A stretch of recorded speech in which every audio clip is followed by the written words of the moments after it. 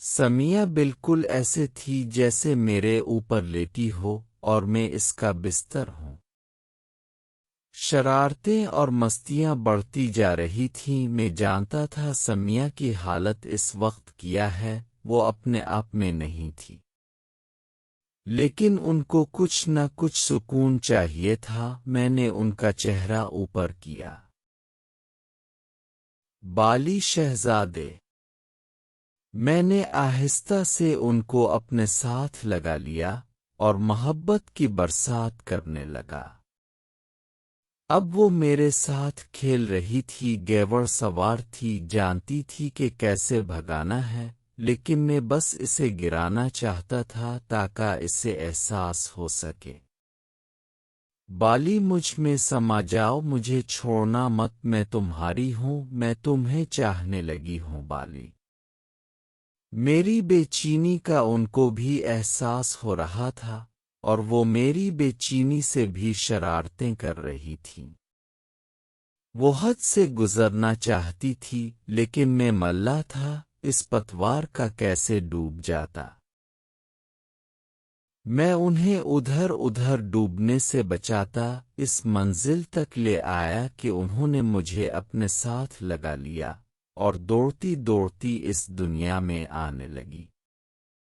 میں انہیں سنبھال رہا تھا، مہندی کی خوشبو اور سمیہ سے آنے والی خوشبو مجھے پاگل کر رہی تھی۔ میں نے ایک کروٹ لی اور اس کو لٹا دیا، اس کی آنکھیں بند تھیں اور چہرے پر سکون تھا۔ کچھ دیر بعد سمیہ نارمل ہوئی اور مجھے خود کو دیکھتے ہوئے دیکھ کر شرما کر تکیا مجھے کھینچ مارا اور جلدی سے اٹھ کر واش روم چلی گئی۔ کچھ دیر بعد وہ واپس پلٹی تو بھی ہوش اڑا رہی تھی۔ گون کو باندھے تازہ چہرہ اور بالوں سے ٹپکتے پانی کے قطرے پاگل کر رہے تھے۔ وہ ایزی ہو چکی تھی، پورا نہ صحیح قدرے سکون حاصل کر چکی تھی، لیکن میں بالکل تازہ دم تھا اور ابھی بھی میرے اندر شدت و وحشت کا راج تھا۔ میں ان کو دیکھ رہا تھا، سمیہ جیسے ابھی تک دوشیزہ تھی، بہت سنبھال کے رکھا ہوا تھا جیسے خود کو۔ ان کی شدت دیکھ کر مجھے احساس ہوا جب وصال رات آئی تو قیامت ہوگی۔ وہ شیشے کے سامنے کھڑی بال سلجھا رہی تھی اور میں بیک وقت شیشے میں ان کو دیکھ رہا تھا۔ کیا دیکھ رہے ہو؟ انہوں نے ہلکے شرمیلے لہجے میں پوچھا۔ آپ کو دیکھ رہا ہوں۔ بے شرم بالی، سارا گیلا کر دیا مجھے۔ وہ الجھ کر بولیں، گارمنٹ نہ ہوتی تو ابھی کہاں سے کپڑے بدلتی۔ زنانہ عادت کے عین مطابق انہوں نے سارا مدعا مجھ پر ڈال دیا۔ تھوڑی دیر بعد وہ تیار حالت میں کافی کے 2 کپ لیے میرے پاس بیٹھی تھیں۔ انہوں نے میرا ہاتھ پکڑا اور بولے، تم نے آج دل جسم و جان سے مجھے اپنا گرویدہ کر لیا۔ پہلے تم میں اپنائیت محسوس ہوئی، عجیب سی کشش اپنائیت، پھر تم سے لگن ہوئی اور جب تم نے چھوا مجھے عجیب تجربہ ہوا۔ تمہارا احساس میری روح تک جگا جاتا تھا، تمہارا احساس میں ہوس مطلب براری نہیں بلکہ عقیدت، چاہت، سپردگی نظر آئی، اور آج تم نے مجھے دیوانہ کر دیا ہے۔ کیسے کیا دیوانہ؟ انہوں نے ہلکا سا سر جھکا کر کہا، شانے والی بات مان کر۔ ہر عورت کا چور سوئچ ہوتا ہے، میرا سوئچ شانے پر چومنا اور بائٹ کرنا ہے، تب اگر تم بس شانہ چھو لیتے تو قیامت ہوتی، بلاسٹ ہوتا۔ میں نے سمیہ کا ہاتھ پکڑ کر کہا، آپ کا بالی کبھی آپ کو شرمندہ نہیں ہونے دے گا۔ ہائے لفے، یہی تحفظ عورت چاہتی ہے۔ وہ چاہتی ہے کہ اس کے قریب آنے والا عزت کے ساتھ آئے، اسے یہ نہ لگے کہ وہ بے جان مورتی یا عیاشی کا آئٹم ہے۔ اور تمہارے ساتھ مجھے ایسے لگا جیسے میرا دل زندہ ہو گیا، پورے جذبوں سے جاگی آج۔ میرے شانے کے ساتھ ٹیک لگائے وہ بول رہی تھی، جب تک منزل نظر نہ آئے سفر کی ہمت رہتی ہے، لیکن منزل سامنے دیکھ کر جلدی مچ جاتی ہے بالی۔ یہی میرا حال ہے، میرا دل و جسم جیسے جلتا صحرا اور تم گھنے بادل۔ بس جلدی سے میں اپنا وعدہ پورا کر لوں، پھر اب مجھے جینا ہے۔ بس اس جلدی سے امان کو کینچوا بنا دو بالی۔ اب تم دونوں ہو گئے، تمہارے پاس اچھا موقع ہے، زیبا کو رنگ بھر دو۔ یہ رنگ اس میں نہیں مجھ میں بھرے جانے ہیں، تھوڑی سائیکو ہے تمہاری سمیہ میڈم۔ میں پوری کوشش میں لگا ہوں سمیہ جی، سمجھی، بس درزیں بنا رہا ہوں، رستہ بھی بن ہی جائے گا بہت جلد۔ وہ ہنس کر بولیں، بدھو تم درزیں بنا رہے ہو اور میں نے بنیادیں ہلا دیں؟ کیا مطلب؟ اور راستے میں بتاتی ہوں فلائٹ نہ مس ہو جائے۔ اب بتائیں کیسے بنیاد ہلائی؟ گاڑی چلاتے میں نے پوچھا۔ جب تم رخشی سے کلاسز لے رہے تھے ہم سب، یعنی میں، زیبا اور عمری کی ڈسکشن ہوتی رہتی تھی کام کے متعلق۔ زیبا کو یہ سب کٹھن لگتا تھا، بڑی مشکل سے اسے سٹینڈ لینے کے لیے منایا۔ امان کا اسے یہ پتا ہے کہ وہ ابھی وہاں وعدہ رمبور ہے۔ رات کو جتنا وقت ہم اکیلی رہیں میں نے اسے تمہاری تعریفیں کر کر کے ہلکا تجسس پیدا کر رکھا تھا، اور پچھلے 2 دنوں میں جب ہم ساتھ تھے اس نے غیر محسوس طریقے سے تمہارا ذکر چھیڑا، کون ہے، کیسا ہے، وغیرہ وغیرہ۔ میں نے اسے تمہارے گہرے رازدار ہونے کا یقین دلایا ہے۔ بے شک وہ وڈی چودھرانی ہے، لیکن ہے تو عورت نہ، اور میں اس کی پرانی واقف بھی۔ ایک عجیب سا اضطراب نظر آیا مجھے اس میں نے اسے قائل کر لیا ہے کہ وہ تمہارے ساتھ نہ صرف سائٹ وزٹ کرے بلکہ اگر تھکن ہو تو یہاں ریسٹ بھی کر لے۔ اسے بتایا ہے کہ بالی اعتماد کا بندہ ہے، دولت مند ہے، ذہین ہے، اور اس کے ساتھ گارڈز بھی نہیں ہوں گے۔ بس انہی دنوں میں تمہاری تھوڑی توجہ اور یہ جان لیوا کشش اور مسکراہٹ اسے تمہارے قریب کر دے گی۔ انہی باتوں میں ایئرپورٹ آ گیا۔ سرد شام کے ڈیرے تھے۔ اب تم کہاں جاؤ گے یہاں سے؟ میڈم نے پوچھا۔ زیبا تک پہنچتے تو کافی وقت ہو جائے گا، لاہور کی دھند خطرناک ہوتی ہے۔ یہ PTCL نمبر ہے، اگر ادھر فلیٹ میں رکنا ہوا تو انہیں بتا دینا۔ بورڈنگ کا وقت ختم ہونے والا تھا، وہ پروقار طریقے سے چلتی اندر چلی گئیں اور میں باہر نکل کر واپسی نکل پڑا۔ جب میں لاہور سے نکل کر فلیٹ کے قریب پہنچا تو دھند کافی پھیل چکی تھی۔ میں نے آگے جانے کا ارادہ ترک کیا اور اسی کمرشل پلازے کے پاس گاڑی روک دی جس کے اوپر میرا فلیٹ تھا۔ سیڑھیوں پر وہی آنٹی اور ان کے ساتھ 44-45 سالہ مرد سیڑھیاں چڑھ رہے تھے۔ مرد نے پینٹ شرٹ اور خاتون نے شلوار قمیض پہنی ہوئی تھی۔ سیڑھیاں چڑھتی خاتون مجھے پاگل کر رہی تھی، میں جو پہلے ہی بھرا پڑا تھا سمیہ کو تو سنبھال لیا تھا، لیکن ابھی تک مجھ میں میٹھی سی درد تھی۔ سیڑھی کا موڑ موڑتے اس خاتون نے ہلکا سا گھوم کر مجھے دیکھا۔ بالی کو خاتون موڑ کر نہ دیکھے بہت مشکل تھا۔ میں نے ہلکی سمائل اچھالی۔ خاتون کے نین نقش اچھے تھے اور چہرے پر ہلکے دانے سے تھے، جیسے اداکارہ سویرا ندیم جیسی۔ اس کے قد و قامت اور چہرے پر ہلکے دانوں نے اسے سویرا ندیم سے کافی حد تک ملا دیا تھا۔ جب میں فلیٹ تک پہنچا تو وہ بھی دروازہ کھول رہے تھے۔ خاتون نے مرد سے کچھ کہا اور وہ میری طرف بڑھا اور ہاتھ ملا کر بولا، "آپ یہاں نئے شفٹ ہوئے ہیں کیا؟" خاتون دروازے میں کھڑی ہمیں دیکھ رہی تھی۔ "جی میں آج ہی شفٹ ہوا ہوں، ادھر میرا نام بلال ہے۔" اچھا مجھے نادر کہتے ہیں، گورنمنٹ جاب کرتا ہوں اور یہ میری بیوی ہے سلمیٰ۔